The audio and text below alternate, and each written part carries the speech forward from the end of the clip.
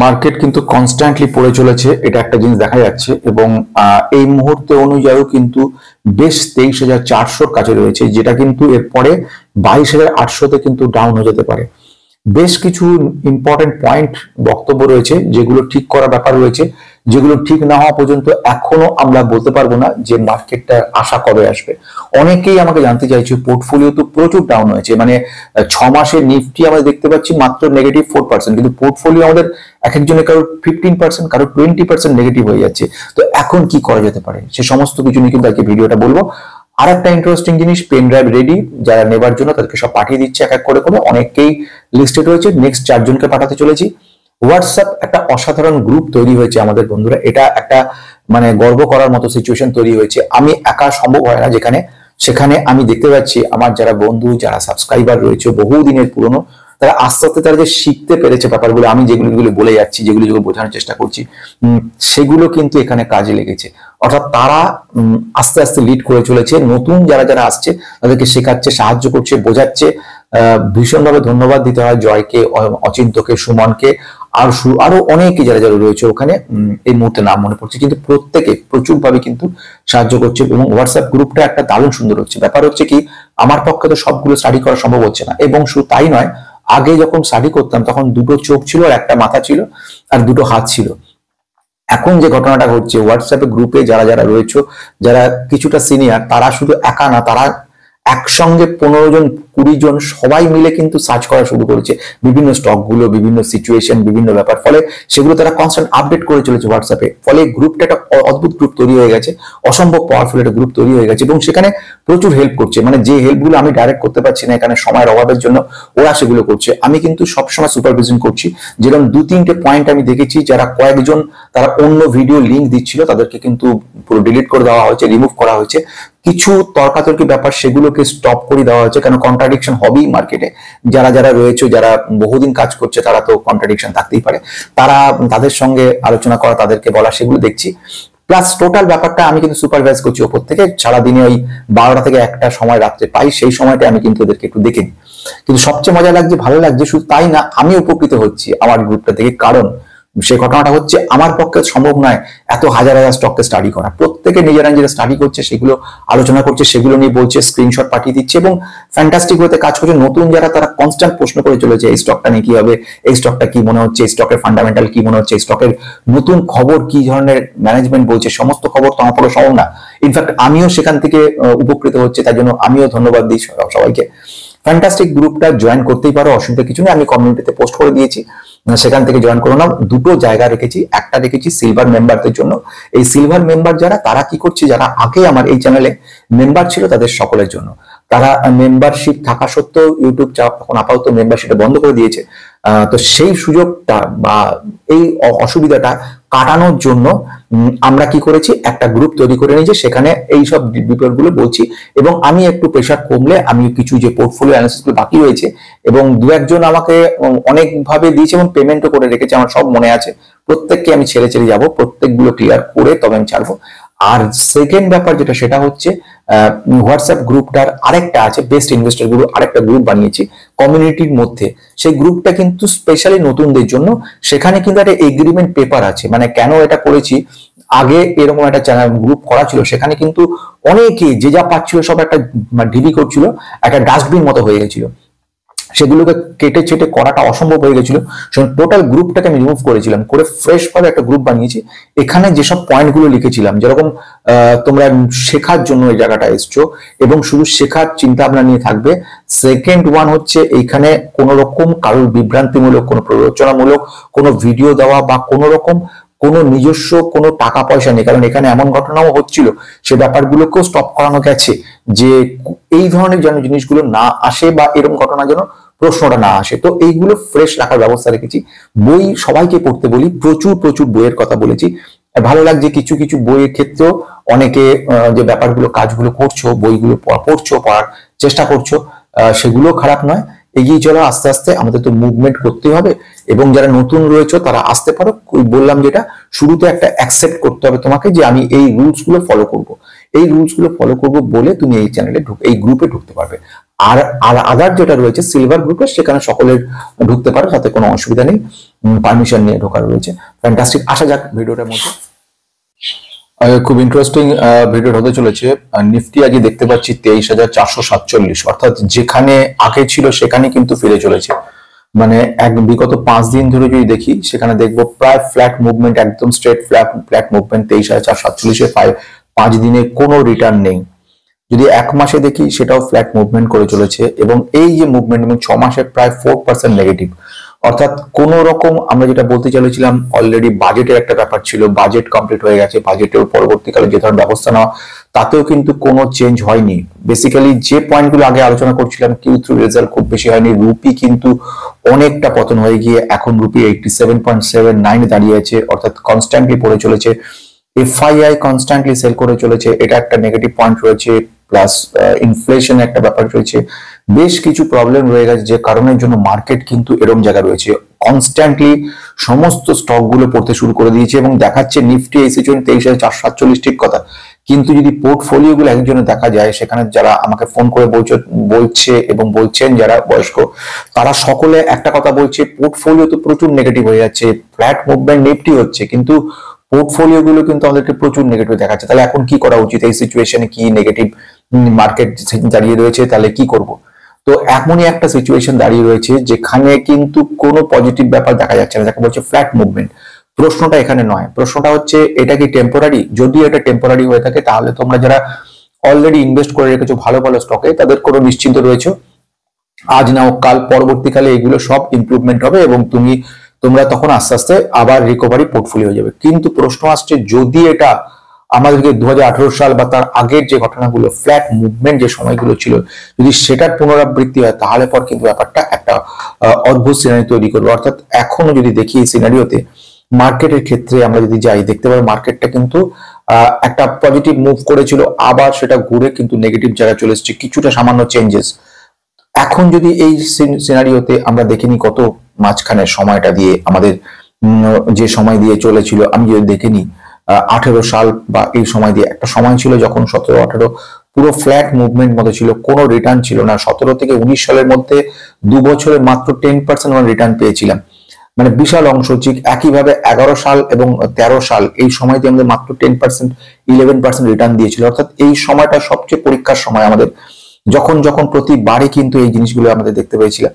ফলে এইগুলো যখনই ঘটছে, মনে আছে 16 সাল 17 সালে এই সময় দিয়ে যে সময়টা বেশ কিছু স্টকসে আমি ইনভেস্ট করেছিলাম সেই সময়, বা এই দিকে গিয়ে তার পরবর্তীকালে লক্ষ্য করেছিলাম স্টকগুলো পুরো থেমে গেছে, এবং মনে হয়েছিল সে সময় দিয়ে যে এইগুলোর মধ্যে মুভমেন্ট হবে না, বা হতে কত সময় লাগবে। টাটা মোটরস বা অন্যান্য যেসব কোম্পানিগুলো সে সময় দিয়ে ছিল দেখেছিলাম, তারপরে অশোক লেল্যান্ড বহুদিন একদম স্ট্যাগন্যান্ট হয়েছিল। তো এইগুলোর মুভমেন্ট কিভাবে হবে? মানে একটা ব্যাপার হয় কি, এখানে তোমরা যখন জানো যারা পুরনো রয়েছে, যে এটা এক ধরনের এমন সার্কেলে কাজ হয়ে থাকে, এই ধরনের সার্কেলে কোন সেক্টর গুলো সামনে আসে আর কোনগুলো আবার ব্যাক করে যায়। এই যে ব্যাপারগুলোকে বলা হয় সেক্টোরিয়াল একটা মুভমেন্ট হয়। অর্থাৎ যে কোনো সময় কোনো ক্ষেত্রে যখনই কোনো পার্টিকুলার স্টকের মুভমেন্ট গুলো হতে থাকে, কোন সেক্টর, যেরকম আমরা যেমন দেখেছিলাম ব্যাংকিং সেক্টর একটা সময় কিন্তু খুব আমাদেরকে পজিটিভ জায়গা দেখিয়েছিল, আবার সে সময় দিয়ে আইটি সেক্টরের তেমন মুভমেন্ট ছিল না, এবং অটো সেক্টর একটা মুভমেন্ট পজিটিভ ছিল না, ফ্ল্যাট মুভমেন্ট করছিল, ব্যাংকিং সেক্টর উঠেছিল।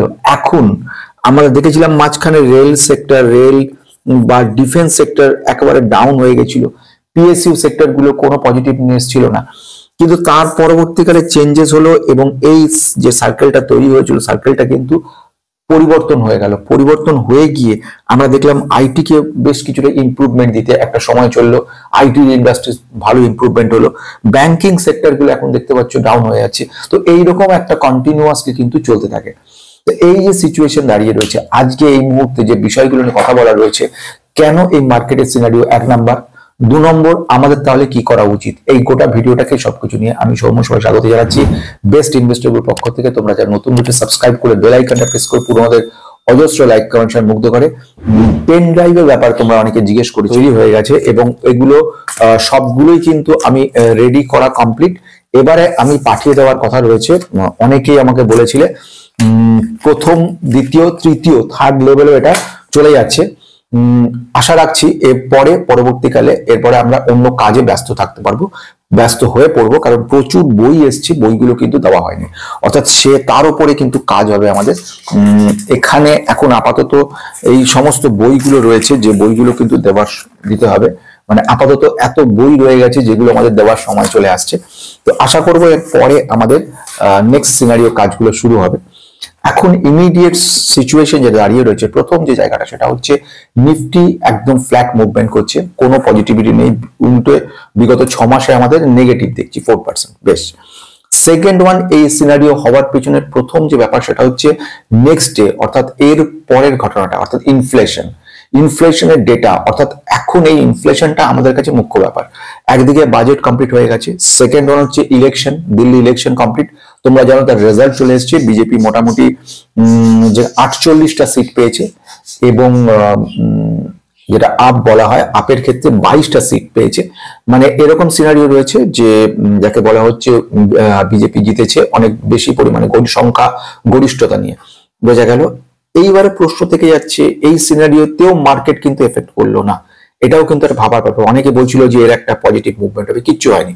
এবং আমি আগেও বলেছি বহুবার যে এইভাবে এফেক্ট হয় না, এফেক্ট হওয়াটা কিন্তু এর উপর ডিপেন্ড করছেই না। এগুলো ছোট ছোট ব্যাপার, যে এই ব্যাপারগুলোতে আসল বড় ব্যাপার তাকাতে হবে। সেটা কি? ইনফ্লেশন। সেকেন্ড কি? সেটা হচ্ছে এমপ্লয়মেন্ট। থার্ড কি? আমাদের যে কর্পোরেট যে সমস্ত রেজাল্ট, সেগুলো। না হলে তোমরা দেখো বাজেটের ক্ষেত্রে একটা পজিটিভ মুভমেন্ট দেখতে পাওয়া গেছিল। ইনকাম ট্যাক্স 12 লক্ষ টাকা পর্যন্ত যারা আয় তাদের ক্ষেত্রে কোনো ট্যাক্স চার্জ করা হবে না, এই সবগুলো বলা হয়েছিল। কিন্তু দেখা গেছে এগুলো করার পরেও কিন্তু কোনো পজিটিভ ব্যাপার আসেনি। এবং তার যে উত্তরটা আছে, সেই উত্তর হচ্ছে যেগুলো আমি বলছি। প্রথম, ইনফ্লেশন, যেটা একটা অদ্ভুত ব্যাপার হচ্ছে, ইন্ডিয়ান ইনফ্লেশন ডেটা যেদিন আসছে, আমেরিকার ইনফ্লেশন ডেটাও একই দিনে আসছে, অর্থাৎ 12ই ফেব্রুয়ারি এই দুটো ঘটনা একসঙ্গে ঘটছে। তো এটা সুবিধা হতো কি যদি আগে পরে হতো, যদি ইউএস এর ইনফ্লেশন ডেটা আগে পাওয়া যেত, তাহলে পর কি হতো, আমরা একটা অ্যাজাম্পশনে আসতে পারতাম যে কি জায়গায় দাঁড়িয়ে রয়েছে মার্কেটে। ইনফ্লেশনটা একটা বিরাট মুখ্য ভূমিকা, এবং আমি কিন্তু বারবার বলছি ইনফ্লেশনটা ইন্ডিয়ার ক্ষেত্রেও একটা বড় মাপা জায়গা তৈরি করছে। সেকেন্ড ওয়ান জায়গায় যাব, সেটা হচ্ছে কি, সেটা হচ্ছে ট্যারিফ চার্জ করছে Donald Trump US president mister Donald Trump আসার আগে থেকে যেসব অঙ্গীকারগুলো করেছিল, যে প্রমিস গুলো করেছিল, একটা একটা করে কিন্তু সেগুলো পালন করার চেষ্টা করছে।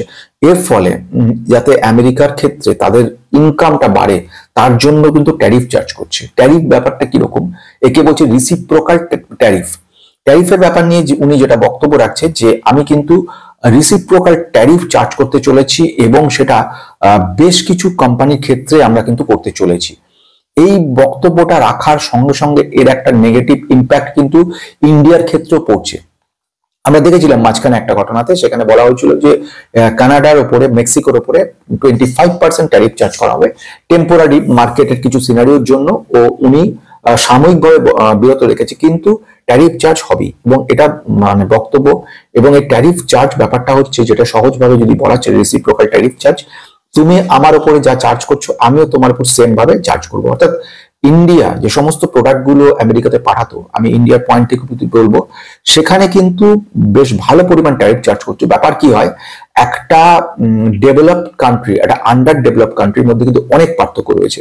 একটা ডেভেলপড কান্ট্রি যদি ট্যারিফ চার্জ কম করে, সেক্ষেত্রে তাদের কিন্তু কোনো ক্ষতি নেই। কিন্তু আন্ডার ডেভেলপড কান্ট্রি যদি ট্যারিফ চার্জ কম করে, সেক্ষেত্রে কম্পিটিশন বাড়বে, আর দেশীয় গোটা মার্কেটটা ধ্বংস হয়ে যাবে।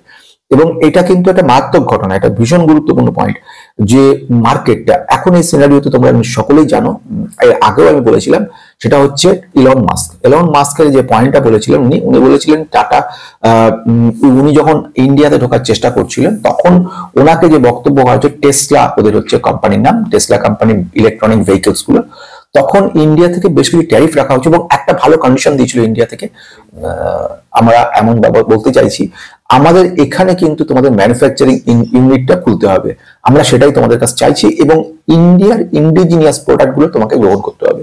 তো এই ব্যাপার, এবং এখানকার কিছু লোকের এমপ্লয়মেন্ট ব্যবস্থা করে দিতে হবে।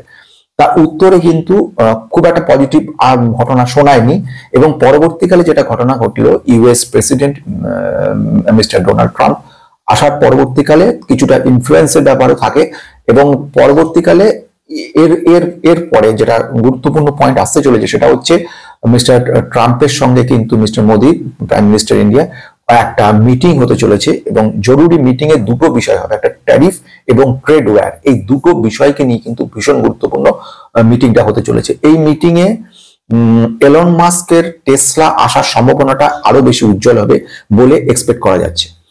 এবার আসছি নেক্সট ঘটনাটা। এইভাবে যখন আস্তে আস্তে দেশীয় কোম্পানিগুলোকে যখন এর ফলে এই ট্যারিফটা যখন কমে যাবে, ফলে বিদেশি কোম্পানিগুলো আমাদের দেশে আসা শুরু করবে, তখন কিন্তু যে নেগেটিভ পয়েন্টটা শুরু হবে সেটা কিন্তু মারাত্মক। অর্থাৎ দেশীয় শিল্পগুলো কিন্তু ধ্বংস হওয়ার সম্ভাবনা রয়েছে। এটা কিন্তু একটা গুরুত্বপূর্ণ পয়েন্ট। আমরা এতদিন যে পলিসির মাধ্যমে চলছিল ইন্ডিয়া, চায়না ওয়ান পলিসি, এবং সেই পলিসিতে চায়নার মুখাপেক্ষী হওয়া নয়, চায়নার মুখাপেক্ষী হওয়ার জন্য সমস্ত সারা বিশ্ব পিছিয়ে পড়ছে। সেমিকন্ডাক্টর বলো, আদার সোলার সেল বলো, ইলেকট্রনিক প্রোডাক্ট গুলো বলো, ইলেকট্রনিক ম্যানুফ্যাকচারিং সার্ভিসেস বলো, এইগুলো আমাদের দেশে যদি তৈরি করা সম্ভব হয় তাহলে পর সুবিধা হবে। ঠিক সেম ভাবে কেমিক্যাল ইন্ডাস্ট্রিজ এত উন্নতি হয়েছিল কারণ কেমিক্যাল সেক্টরটা নিয়েও কিন্তু আমরা ভেবে নিয়েছিলাম যে আমরা এভাবে এগোবো, এই মতো কিন্তু চিন্তা ভাবনা হয়েছিল। কিন্তু প্রেজেন্টলি যে সিনারিও দাঁড়াচ্ছে, যদি এক্ষেত্রে US president mister Donald Trump যদি ট্যারিফ চার্জ, রিসিপ্রোকাল ট্যাক্স গুলো চার্জ করে, মানে ট্যারিফই বোঝায় এটাকে, তাহলে আলটিমেটলি এফেক্ট কিন্তু ইন্ডিয়ার ক্ষেত্রে মারাত্মকভাবে পড়বে, এবং ইন্ডিয়ার দেশীয় যে সমস্ত প্রোডাক্ট গুলো আছে, দেশীয় যে কোম্পানিগুলো আছে, সেগুলো কিন্তু প্রচুরভাবে ঝাঁকাবে, একেবারে নিশ্চিত। তো এই জন্য কিন্তু এই ব্যাপারগুলো বেশ একটা ইন্টারেস্টিং জায়গা তৈরি করছে, এবং এখানে বেশ কিছু পয়েন্টের কথা উনি বলছেন। সেই সিনারিও দেখতে গেলে কিন্তু আমাদের ক্ষেত্রে একটা এই ব্যাপারটা একটা বড় পরিমাণে থ্রেট তৈরি করছে। যে পয়েন্টে India charges lot of tariff, এবং ডোনাল্ড ট্রাম্প এই কথা বলছে যে আমরাও সেম ভাবে কিন্তু রিসিপ্রোকাল ট্যাক্স কিন্তু আমরা চার্জ করতে চলেছি। তো এই রিসিপ্রোকাল ট্যাক্স যখন ইন্ডিয়ার উপরে দেওয়া হবে, তো সেক্ষেত্রে কিন্তু আমরা দেখতে পারবো এর একটা বড় এফেক্ট কিন্তু আমাদের পড়বে, ফলে এর একটা নেগেটিভ জায়গাও তৈরি হবে। তাহলে এটা বোঝা গেল। এবার আসছি নেক্সট পয়েন্টের দিকে। এখানে ট্রাম্প অ্যানাউন্স করতে চলেছে 25% steel and aluminium tariff latest trade এসকালেশনের জন্য, এবং এখানে উনি যেটা বক্তব্য রাখছে যে আমরা খুব এই ধরনের জায়গাগুলো তৈরি করছে, ফলে ন্যাচারালি আমাদের মার্কেটে কিন্তু একটা বড় মাপের চেঞ্জেস আসতে চলেছে। যদি আজকেও দেখে নিই, আজকের ক্ষেত্রে টাটা স্টিল, যেটা আমি বলছিলাম স্টিল রিলেটেড ব্যাপার, টাটা স্টিলের ক্ষেত্রে এই মুহূর্তে 3%, জেএসডব্লিউ স্টিলের ক্ষেত্রে 2.56%, পাওয়ার গ্রিডের ক্ষেত্রে 2.32%, হিন্ডালকো 2.25%, এইগুলো কিন্তু নেগেটিভ। ফার্মা সেক্টরেও একটা এফেক্ট পড়ছে। ইউএস এফডিএ থেকে ফার্মা সেক্টর গুলোর ক্ষেত্রে সিপ্লা বা ডক্টর রেড্ডি বা এই ধরনের কোম্পানিগুলোর ক্ষেত্রে কিন্তু এফেক্ট পড়ছে। অর্থাৎ মেটালের মধ্যে কোল ইন্ডিয়া পড়ছে, এইগুলো সব কিন্তু এফেক্ট পড়ে যাচ্ছে। ফলে এই মুহূর্তে এই জায়গাটা কিন্তু নেগেটিভিটি তৈরি করছে। তাহলে আমরা এই মুহূর্তে প্রশ্নটা হচ্ছে কেন বোঝা গেল? এক নম্বর হচ্ছে রুপি দুর্বল হয়ে উঠেছে, সেকেন্ড ওয়ান ট্যারিফ চার্জ হচ্ছে প্রচুর পরিমাণে, তৃতীয় হচ্ছে কি আমাদের যে কর্পোরেট যে সমস্ত কোম্পানিগুলো সেগুলো যে রিটার্ন সেগুলো খুবই কম, খুব একটা ভালো এখনো পর্যন্ত বিশাল কিছু দেখতে পাচ্ছি না, অথচ মার্কেট এক্সপেক্ট করেছিল Q3 তে আমরা কিন্তু ভালো রিটার্ন দেখতে পারবো, সেটা কিন্তু হয়নি। তো এই জিনিসগুলো কিন্তু খুব ইম্পর্টেন্ট পয়েন্ট, এই সব কারণ। এবং লাস্ট ওয়ান হচ্ছে FIIDI, ফরেন ইনস্টিটিউশনাল ইনভেস্টর। আমি যদি দেখিনি গত এক মাসের মধ্যে দেখি, প্রতিদিন প্রত্যেক দিনে যদি দেখো, প্রতিদিনে কিন্তু কম বেশি নেট সেল কিন্তু প্রচুর হয়ে যাচ্ছে। FII কনস্ট্যান্টলি কিন্তু সেল করে চলেছে, এবং এটা একটা বিরাট বড় নেগেটিভ পয়েন্ট। FIR সেলিং কিন্তু থামেনি, এটা কিন্তু নেগেটিভ জায়গা। আজকে এই মুহূর্তে নিফটি এখন দাঁড়িয়ে রয়েছে 23,439, এবং কনস্ট্যান্টলি নেমে চলেছে। এক্সপেকটেশন যেটা রয়েছে, এক্সপেকটেশন অনুযায়ী কিন্তু কাজ করছে না। অর্থাৎ এখন এই মুহূর্তে দাঁড়িয়ে থেকে খুব একটা পজিটিভ কিছু আমরা দেখতে পাচ্ছি না। বোঝা গেল এটা। আজকে এই চার্ট আমরা দেখতে পাচ্ছি নিফটির ক্ষেত্রে, সেখানেও কোনো পজিটিভ মুভমেন্ট নেই, বরঞ্চ আমরা দেখছি আস্তে আস্তে একটা নেগেটিভ ক্যান্ডেল একটা পরে তৈরি করছে, এবং এটাকে যেটা সাপোর্ট যেটা ছিল নেক্সট সাপোর্ট, সেটাকেও ভেঙে কিন্তু নিচে নেমে গেছে। এই সাপোর্ট গুলো একটা রয়েছে 23,400-তে যে সাপোর্টটা দেখেছিলাম সেটা ভেঙে এখন 23,379-তে চলে গেছে, এবং যদি এটা আরো পড়ে সেক্ষেত্রে কিন্তু অনেকটা ইম্প্যাক্ট পড়বে এবং আমরা যেটা দেখবো সেখানে কিন্তু অনেকটাই ডাউন হওয়ার সম্ভাবনা রয়েছে এবং মার্কেট যেটা দেখা যাচ্ছে সেটা কিন্তু 22,800-তে নেমে যাওয়ার একটা ব্যাপার দেখতে পাচ্ছি, অর্থাৎ এমনই সিনারিওতে দাঁড়িয়ে রয়েছে। এইবার আসছি লাস্ট ফেজ, অর্থাৎ এমন সিনারিওতে আমাদের কি করা উচিত। পোর্টফোলিও নেগেটিভ রয়েছে, যদি শর্ট টার্মে যারা যারা নিয়েছো বা শর্ট টার্ম যে যারা যারা মনে করছো যে এই সিনারিও দাঁড়িয়ে রয়েছে, তাহলে তাদের ক্ষেত্রে একটা ঘটনা বলা যেতে পারে, শর্ট টার্মের জন্য কিন্তু প্রফিট বুক করে বেরিয়ে যাওয়াটা বেটার, কারণ এর ইম্প্যাক্ট কতদিনে হবে কোনো ঠিক নেই, এটা একটা লং টার্ম বলে মনে হচ্ছে। আর যারা লং রেঞ্জের জন্য কিনে রেখেছো, 10 বছর 15 বছর জন্য মিনিমাম তোমরা রেখে দিয়েছো, তাদের জন্য বলবো ফ্যান্টাস্টিক সিনারিও এবং এটা একটা ভালো অপরচুনিটি তৈরি করছে আমাদের জন্য। তো এই সময় অল্প বিস্তর পরিমাণে কিন্তু কেনা যেতে পারে এসআইপির মাধ্যমে। মিউচুয়াল ফান্ড যারা যারা এসআইপি করে যাচ্ছে তারা কন্টিনিউ করে যাবে এবং এইভাবে কিন্তু কন্টিনিউ চলবে, নেক্সট আপডেট না আসা পর্যন্ত অপেক্ষা করতে আমাদেরকে। আজকের মতো শেষ হলো, নমস্কার।